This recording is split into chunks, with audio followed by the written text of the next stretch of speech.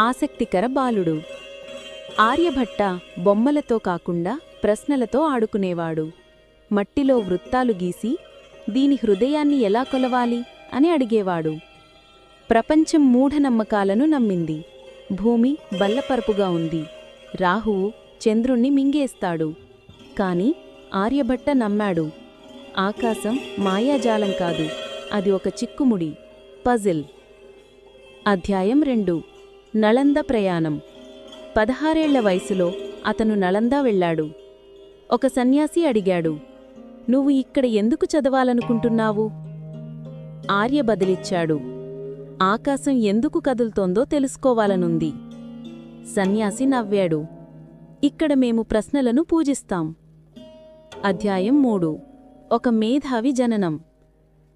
ఒకరోజు గురువుగారు చెప్పారు, "సూర్యుడు భూమి చుట్టూ తిరుగుతున్నాడు."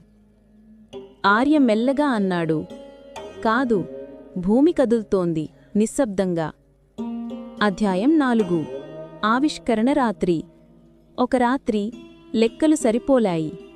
అతను రాశాడు, "భూమి తన అక్షంపై తాను తిరుగుతోంది, అందుకే నక్షత్రాలు కదులుతున్నట్లు కనిపిస్తున్నాయి." అధ్యాయం 5. ఆ అనంతమైన దాన్ని వెతికాడు. పై. అతను లెక్కించాడు. 6283 భాగించబడిన 20,000 = 3.1416. అధ్యాయం 6. గ్రహణాల రహస్యం. అతను ప్రకటించాడు, గ్రహణం రాక్షసుడి ఆకలి కాదు, అది భూమి చంద్రుళ్ల నీడల ఆట.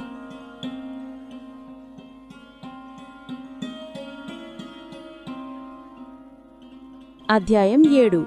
ఆర్యభట్టీయం. 23 ఏళ్ల వయసులో అతను ఆర్యభట్టీయం రాశాడు. రాజు అతని మేధస్సును గౌరవించాడు. అధ్యాయం 8. చరిత్ర. శతాబ్దాలు గడిచాయి. 1975లో భారతదేశం తన మొదటి ఉపగ్రహానికి ఆర్యభట్ట అని పేరు పెట్టింది.